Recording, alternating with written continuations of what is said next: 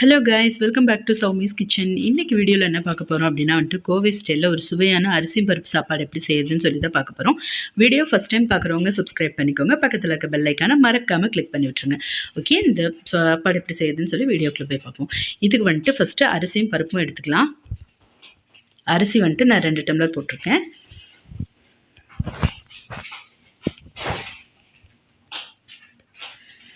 Okay, 2 tumbler அரிசி எடுத்தாச்சு. அரை டம்ளர் பருப்பு சேர்த்துருக்கேன். மொத்தமாக 2 டம்ளர். பூண்டு எடுத்திருக்கேன். கொஞ்சமாக பூண்டு உரிச்சு எடுத்துப்போம். அதோட ஒரு 3 ஸ்பூன் சீரகம் சேர்த்துடலாம்.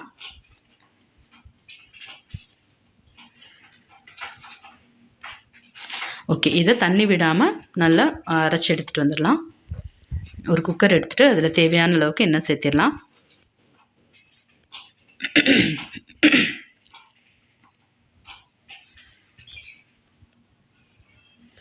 எண்ணெய் சூடானதும் கடுகு சேர்த்துடலாம்.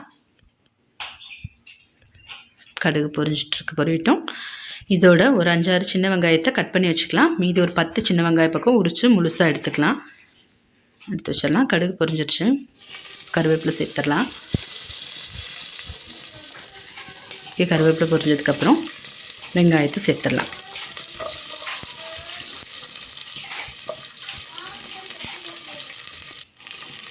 வெங்காயம் சேர்த்துட்டு ஒரு 5 வரமிளகா சேர்த்துடலாம். சேர்த்துட்டு இது எல்லாத்தையும் நல்லா கிண்டி விட்டுருங்க.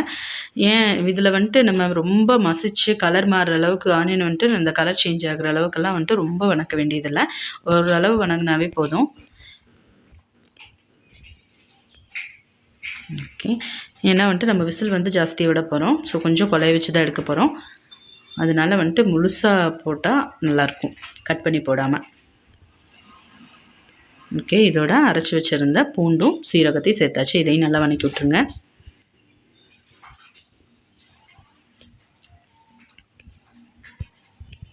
வணக்கி விட்டுட்டு நல்லா கிண்டி விட்டுருங்க. ஏன்னா பூண்டு சேர்த்துருக்கறனால அடிப்பிடிக்கும். அதனால் சிம் ஃப்ளேமில் வச்சு நல்லா கிண்டி விட்ருங்க. பாருங்கள், இந்த அளவுக்கு வணக்கினா போதும். இதோட ஒரு 3 மீடியம் சைஸ் தக்காளி கட் பண்ணி எடுத்துருக்கேன். அதையும் சேர்த்துடலாம். இதையும் சேர்த்து நல்லா வணக்கிடலாம். ஓகே, வணங்கிட்டுருக்கு. இதில் கொஞ்சமாக உப்பு சேர்த்து நல்லா வணக்கிடலாம்.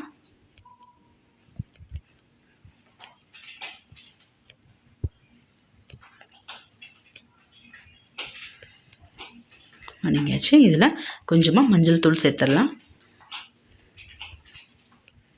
மஞ்சள் தூள் சேர்த்துட்டு இதையும் நல்லா வணக்கி விட்டுருங்க.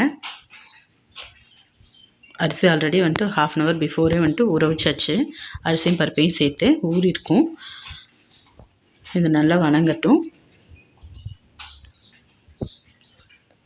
ஓகே, வணங்கிடுச்சு. இப்போ இதோட சாம்பார் தூள் சேர்த்துடலாம். ஓகே, சாம்பார் தூள் ஒரு 3 ஸ்பூன் சேர்த்துருக்கேன்.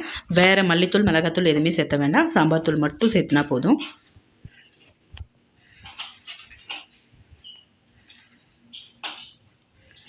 சாம்பார் தூள் 3 ஸ்பூன் சேர்த்தாச்சு. இதையும் நல்லா வணக்கிடலாம். ஸோ எண்ணெயில் அந்த சாம்பார் தூள் ஒரு 2 நிமிஷமாவது நல்லா வேகட்டும். அப்போ தான் அந்த சாம்பார் தூளோட பச்சை வாசம் போகும். அதுக்காக ஒரு 2 நிமிஷம் வணக்கிட்டு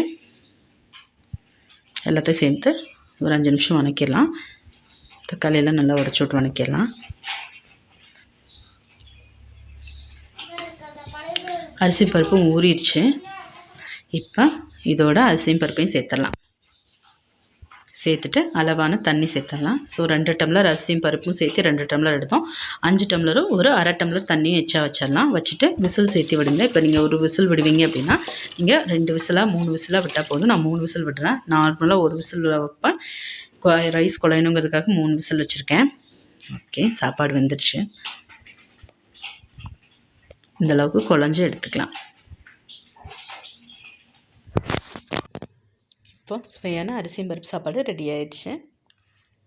மேக்ஸிமமாக இதுக்கு ஒரு 10 மினிட்ஸ் தான் தேவைப்படும். ஸோ பிஃபோரே நீங்கள் அரிசியும் பருப்பு ஊற வச்சிட்டிங்க அப்படின்னா 10 மினிட்ஸில் நீங்கள் இதை சமைச்சு எடுத்துடலாம். பாருங்கள். ஓகே கைஸ், தேங்க்யூ ஃபார் வாட்சிங் மை வீடியோ கைஸ். தேங்க்யூ.